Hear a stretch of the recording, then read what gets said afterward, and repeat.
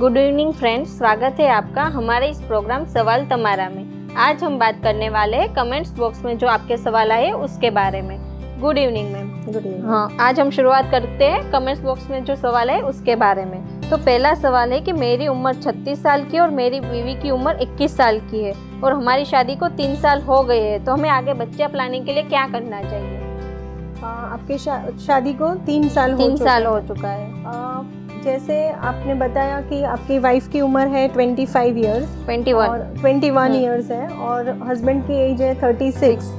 So ideally 21 year की जो as है काफ़ी यंग एज है और आपने मेंशन किया नहीं है। अगर आप लास्ट 3 साल में विदाउट एनी कॉन्ट्रासेप्टिव कुछ भी गर्भ निरोधक साधन इस्तेमाल नहीं किया है और उसके बाद भी अगर प्रेगनेंसी नहीं रुका है तो आपको बेझिझक गायनेकोलॉजिस्ट का संपर्क करना चाहिए और उसके जो बेसिक रिपोर्ट्स वगैरह होते हैं वह आपको करवाने चाहिए, जैसे कि सोनोग्राफी है उनकी पीरियड के सेकेंड डे पे। उसके बाद आपके जो काउंट है हस्बैंड का सीमन एनालिसिस का जो काउंट है वह बेसिक रिपोर्ट करनी आवश्यक है। ओके। अगला सवाल है कि मैं HSG करवाया है, दोनों फेलोपियन ट्यूब नॉर्मल है, TVS करवाया तो उसमें यूट्रस नॉर्मल दिखा रहा है, पर लेकिन HSG रिपोर्ट में थोड़ा यूट्राइन एब्नॉर्मलिटी था, तो रेडियोलॉजिस्ट ने यूट्राइन साइनेसिया बोला है और हिस्ट्रोस्कोपी के लिए बोला, पर उनके गायनेकोलॉजिस्ट ने उनको मायोविन टैबलेट 3 मंथ लेने के लिए बोला और उसके बाद उनको प्रेगनेंसी नहीं रुकी, तो अभी उसको हिस्ट्रोस्कोपी के लिए बोला है, तो उनको आगे क्या करना चाहिए? पहले तो HSG में अगर यूट्राइन साइनिक दिख रहे हैं, यानी कि जैसे अंदर जो एडिशंस वगैरह डेवलप हो चुके हैं, तो बेस्ट आपके लिए वही रहेगा कि आप एक डायग्नोस्टिक हिस्ट्रोस्कोपी और इफ़ रिक्वायर्ड लेप्रोस्कोपी भी साइमल्टेनियसली कर देनी चाहिए, क्योंकि पहले तो यूट्राइन साइनिक का रीज़न क्या है। मोस्ट कॉमन जो रीज़न होता है that is because of infection, और अगर आपका पहले क्यूरेटिंग का अगर कोई प्रोसीजर हुआ है, एग्रेसिव क्यूरेटिंग हुआ है, तो उसकी वजह से भी यूट्राइन साइनिक डेवलप हो सकते हैं।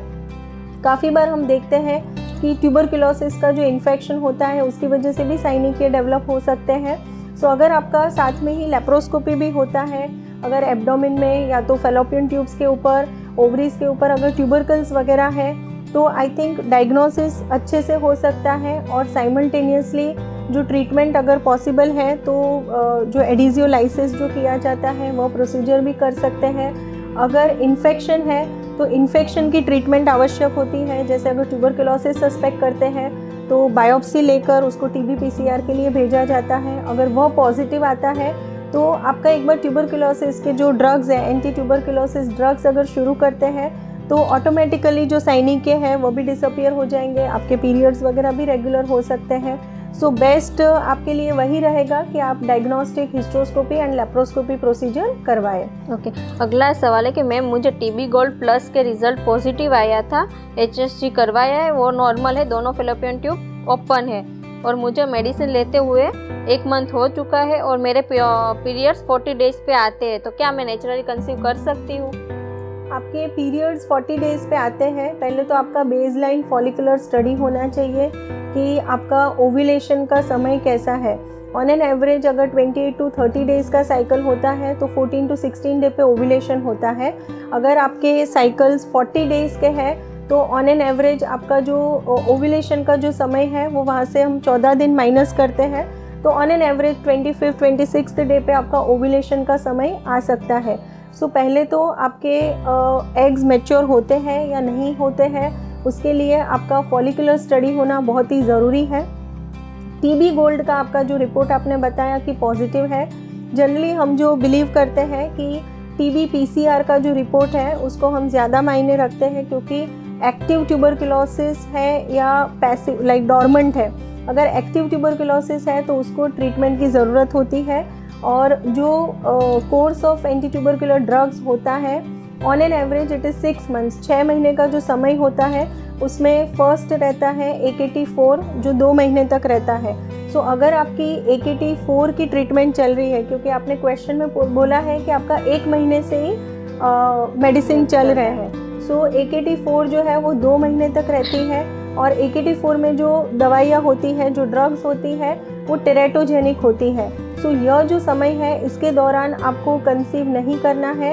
आप रिलेशन भी रखते हो तो आपको कंडोम वगैरह का इस्तेमाल करना है, कोई भी कॉन्ट्रासेप्टिव मेजर्स इस्तेमाल करना है और आप कंसीव नहीं करें वह चीज़ का आपको ध्यान रखना है। क्योंकि एक बार आपके AKT3 ड्रग्स शुरू होते हैं उसके बाद हम सामने से ही एडवाइस करते हैं कि now you can go for the fertility treatment, या तो अभी जो समय है आप इसमें कंसीव कर सकते हो। ओके, अगला सवाल है आपके बच्चेदानी के ऊपर के जो वीडियो था वो देख के कि मेरी सारी क्वेरी सॉल्व हो गई है, पर मुझे एक सवाल है कि 15 दिन मेरे ऑपरेशन को हो गया है तो वो कितनी देर तक बैठ सकती है? 15 दिन आपके ऑपरेशन को हो चुके हैं, आप हालांकि half an hour to 45 minutes बैठ सकते हो। बैठने से कोई ज़्यादा तकलीफ नहीं होने वाली है।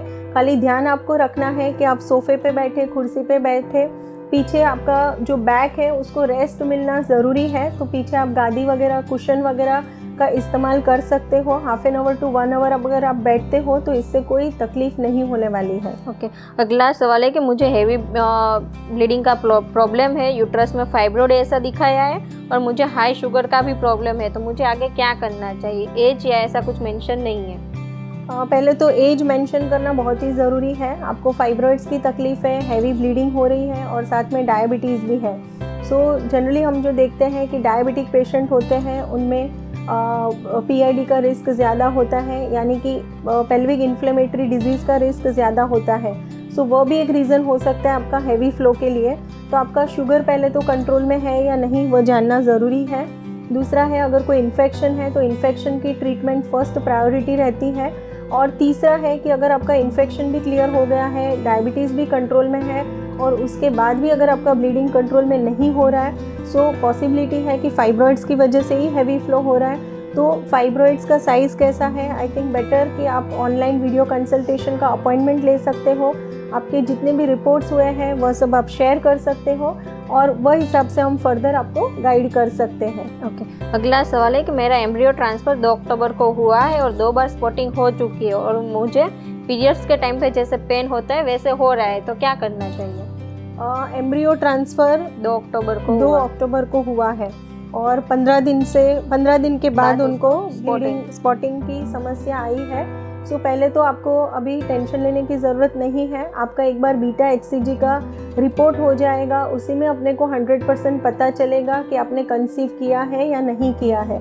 अगर आपने कंसीव किया है तो हो सकता है कि काफ़ी बार हम देखते हैं कि इम्प्लांटेशन ब्लीडिंग स्पॉटिंग हो सकती है और अगर आपका रिज़ल्ट नेगेटिव है तो वह हिसाब से आपके जो भी ट्रीटिंग डॉक्टर हैं वो आपको काउंसलिंग करेंगे। ओके, अगला सवाल है कि मेरी छोटे छोटे फाइब्रोड है, मेरी उम्र 34 साल की है और दोनों बच्चे सिजेरियन से हुए हैं और बार बार पेशाब की तलब लगती है तथा पेनफुल पीरियड रहता है और निचले हिस्से में हल्का हल्का दर्द रहता है, तो मुझे आगे क्या करना चाहिए?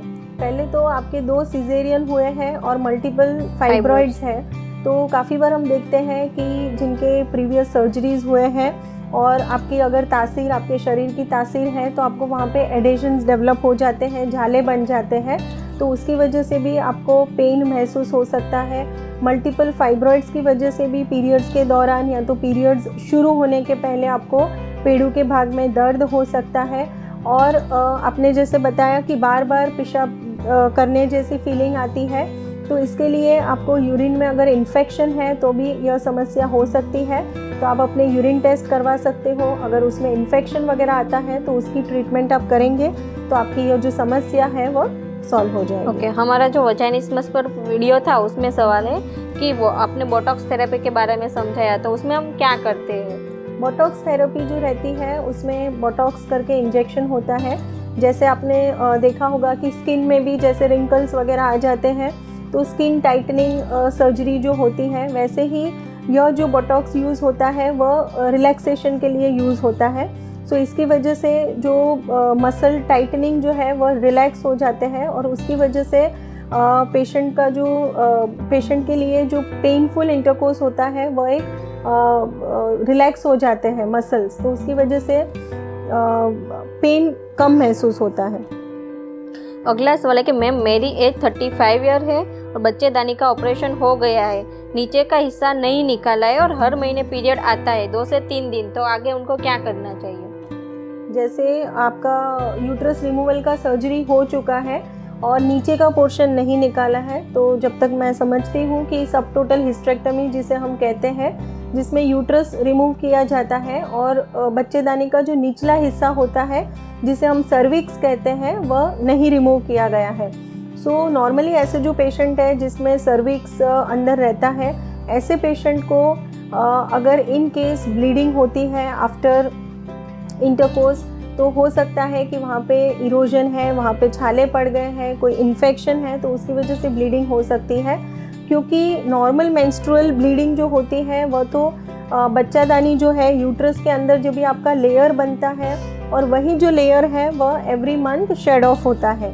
सो अगर आपका हाफ ऑपरेशन हुआ है यानी कि सर्विक्स अंदर है, बच्चादानी रिमूव कर दिया है, तो यह जो ब्लीडिंग है वह नॉर्मल नहीं है और इसके लिए आपको एक गायनेक चेकअप करवाना ज़रूरी है। अगर वहाँ पे कोई छाले हैं, इन्फेक्शन है, तो आपका एक पैप स्मीयर का टेस्ट कर सकते हैं। If required liquid based cytology ले सकते हैं। उसमें भी अगर ज़्यादा तकलीफ दिख रही है तो वहाँ से बायोप्सी लेके उसका जांच करना बहुत ही आवश्यक होता है। ओके, अगला सवाल है कि मैं मुझे मल्टीपल यूट्राइन फाइब्रोइड्स है 10 mm, 14 mm, 18 mm, 32 mm का, पर मुझे ब्लीडिंग का प्रॉब्लम नहीं है और पेन भी नहीं है। डॉक्टर ने मुझे लेप्रोस्कोपी से सर्जरी बोला है, पर मुझे ऑपरेशन नहीं करवाना है, तो मैं आगे क्या कर सकती हूँ? एज 41 ईयर है। 41 एज है और मल्टीपल फाइब्रॉइड्स हैं और उनको तकलीफ हो रही है, हैवी ब्लीडिंग वो नहीं है, पेन भी नहीं है और ब्लीडिंग भी नहीं है। पेन भी नहीं है, ब्लीडिंग भी नहीं है, 41 ईयर्स की एज है। अगर आपको सिम्टम्स नहीं है तो आपको सच में कुछ भी करवाने की आवश्यकता नहीं है। इन केस आपको पेन हो रहा है, इन केस आपको हैवी ब्लीडिंग हो रही है, तो आइदर आपके पास ऑप्शन होता है मिरीना करके जो कॉपर आती है, that is a medicated copper, वह बिठा सकते हैं। आपको यूट्रस रिमूव करने की भी एडवाइस दे सकते हैं। लेकिन यदि अगर आपको फाइब्रॉइड्स है, कोई भी सिम्टम्स नहीं है, तो आपको सच में कोई भी ट्रीटमेंट की आवश्यकता नहीं है। आप रेगुलर हर 3 महीने में आपका सोनोग्राफी करवा सकते हो, या तो एक routine gynaec checkup with sonography हर 3 महीने में करवा सकते हो। ओके, अगला सवाल है कि मेरा AMH का लेवल 0.1 है, तो क्या मैं नेचुरली कंसीव कर सकती हूँ या नहीं? AMH जो है that is a anti Mullerian hormone और यह एक स्क्रीनिंग टेस्ट होता है और इसकी एक प्रोग्नोस्टिक वैल्यू होती है और इनडायरेक्टली वह हमें बताता है कि ओवरीज के अंदर अभी एंट्रल फॉलिकल काउंट कितने हैं। तो जनरली हम ओनली AMH देख के सजेशन नहीं देते हैं, साथ में ही आपका एक ट्रांसवजाइनल सोनोग्राफी होना चाहिए, उसमें एंट्रल फॉलिकल काउंट कितना है और आपका AMH का वैल्यू, और साथ में ही आपके हार्मोन्स की प्रोफाइल यानी कि फॉलिकुलर स्टिमुलेटिंग हार्मोन है, ल्यूटिनाइजिंग हार्मोन, उसकी वैल्यू कितनी है, वह हिसाब से हम आपको गाइड कर सकते हैं कि आप नेचुरली कंसीव कर सकते हो या नहीं। हालांकि जो मेरा 15 साल का एक्सपीरियंस रहा है और AMH का वैल्यू अगर आपका 0.1 है तो बहुत ही इसे हम पुअर ओवेरियन रिजर्व कहते हैं और बहुत ही मुश्किल होता है कि आपको नेचुरली कंसीव आप कर सके। और जो हम ट्रीटमेंट देते हैं 3 मंथ्स का, उनको मेडिसिन दिया जाता है और उसके बाद अगर आप कंसीव करते हो नेचुरली तो ठीक है, नहीं तो आपको IVF की ट्रीटमेंट का ऑप्शन लेना चाहिए। तो फ्रेंड्स, आज मैडम के पास से हमने जो आपने कमेंट्स बॉक्स में जो सवाल भेजे थे उसके सारे सवाल के जवाब लिए हैं। अगर आपके कोई और क्वेश्चंस है तो आप मैडम के वीडियोस देख सकते हैं और उसमें कमेंट्स बॉक्स में लिख दीजिए, तो हम उसी के साथ हमारे नेक्स्ट वीडियो लेके आएंगे। तो देखते रहिए हर बुधवार को रात 8 बजे सवाल तुम्हारा।